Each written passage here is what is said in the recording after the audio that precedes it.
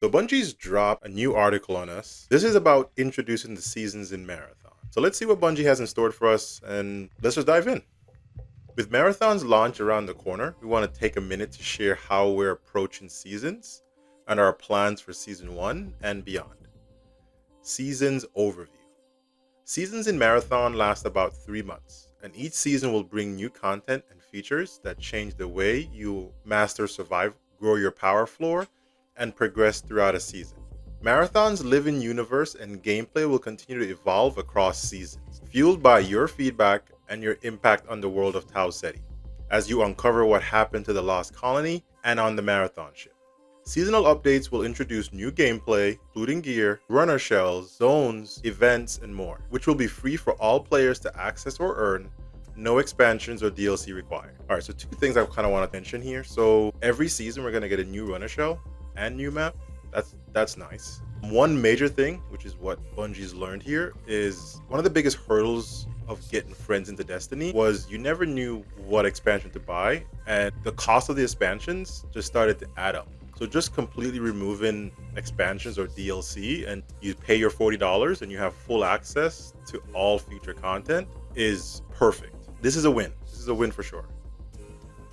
A dangerous climb. From your first steps on Perimeter to the end game on Cryo Archive and Rank Mode, each season will challenge you to discover, adapt, and master new survival skills on your climb. Everyone will start fresh each season with nothing to their name and the constant threat of death in a world more lethal and powerful than you are. Over the course of the season, you'll complete contracts and progress your faction upgrades, granting you access to stronger base stats and better wares in the armor. It's not just about what you loot, it's about raising your power floor and the options available to you. Over time, recovering from a bad loss will get easier, and crafting your ideal build will be more accessible. As you master survival and grow your available resources, you'll be able to take on increasingly challenging contracts, zones, and enemy runners. Climb the rank ladder, prep for high-stakes Cryo Archive runs, and secure the most lucrative loot and prestigious rewards of the season. Then as the season comes to a close and the feeling of, this isn't a f*** it, let's ball, settles in, roll with your best loot knowing a fresh start for everyone with more to discover and a new climb to master is just around the corner. This is pretty much what we all experienced in the last few days of the Service Slam. Everybody just had all their best gear. I was able to get so much more purples in the last couple of days since everybody was running their best gear. So looking forward to this. And again, I think wipes are a good idea, seeing that everybody will be able to start fresh. You can have your friends jump in if they missed a season or two and just kind of start from there, and you can play with them and forward together.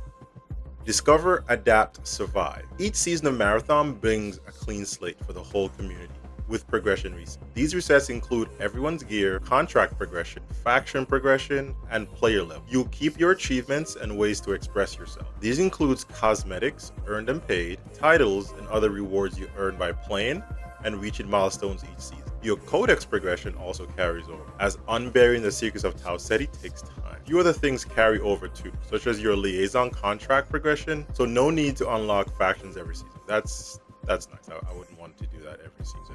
Seasonal resets mean that the game stays dangerous. Loot feels meaningful, and there's always a good opportunity to get back into the game, or bring a friend in without feeling behind the curve.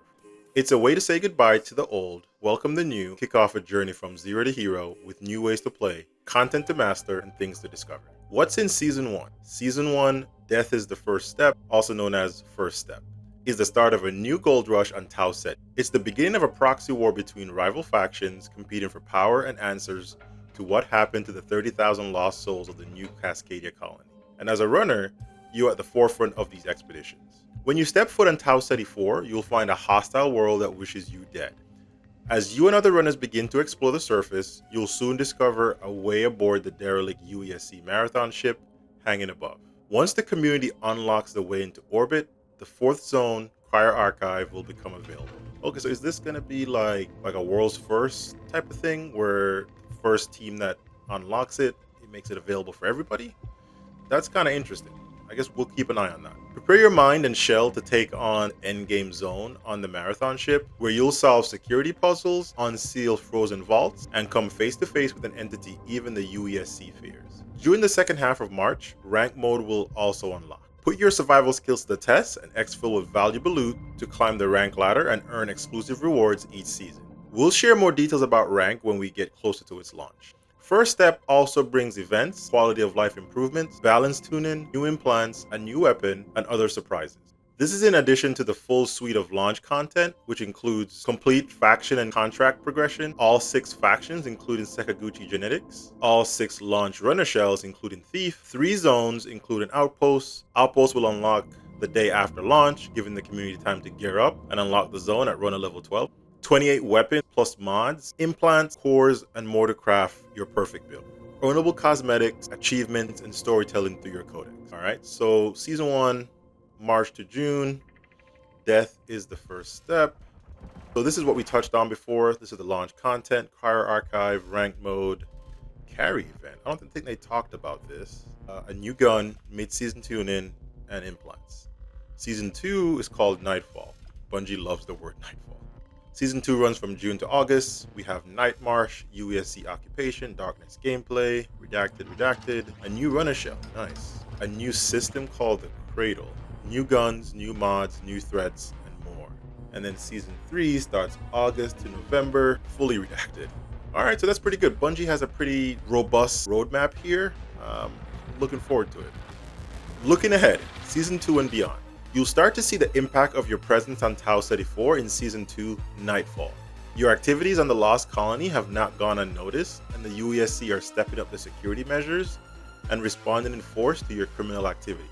Each season of Marathon will have a different theme and a unique combination of new features, content, and stories that continue to evolve the world and gameplay. We'll also be tuning all of our loot and progression systems, creating space for new metas and ways to play to emerge. Seasonal updates will also include a unique set of new content, which are things you do, explore, and collect on Tau Ceti. This includes any combination of weapons, mods, cores, implants, backpacks, runner shells, zones, PvE combatants, faction upgrades, contracts, and new ways to play existing zones. So pretty much new seasons are going to have quite a lot of things for us to do right at the start. For example, Nightfall will bring nighttime versions of Dire March. Oh wow. Where you'll fight to survive when the lights go out. UESC reinforcements flood in, and the Redacted. I wonder if this is like I think this is another boss, like a world boss or something. That could be pretty interesting. Season 2 will also bring our next runner shell along with new weapons, mods, cores, contracts, and more. We're also working on a brand new system that will change the way you play, plan, and progress throughout a season. For example, Nightfall will introduce the Cradle, a new system designed to give you more autonomy over the runner shell's statistical strengths and weaknesses. Is this like God roll runner shells? Is that what I'm understanding here? Let me know if I'm reading in too much into this in the comments. As we build upon each season, Marathon will continue to grow and evolve. The game and world today and a year from now should feel meaningfully different as we add new features and go on the journey of discovering what happened to the colonists of Tau Ceti and what happens when you dig up secrets that are better left buried. The start of a new journey together. Finally, we want to say thank you to everyone who's taken the time to play and share your thoughts and excitement for Marathon. Community feedback throughout the last year has helped us shape Marathon into something better, and we're excited to continue building alongside you all. Head here for a recap of what we heard during the service lamp. We'll see you on Tau Ceti on March 5th, as we continue to expand this delightful, weird, pulse racing, and cosmical horrific game together. Alright, so yes, quite a bit on there. I'm liking all of the new stuff that we're seeing here. A new one every season is going to be pretty sick. I'm going to try to cover everything that I can when it comes to Marathon, so if you're not already subscribed, make sure you do that. Like and comment on the video. Appreciate you guys again for checking out this video. Peace.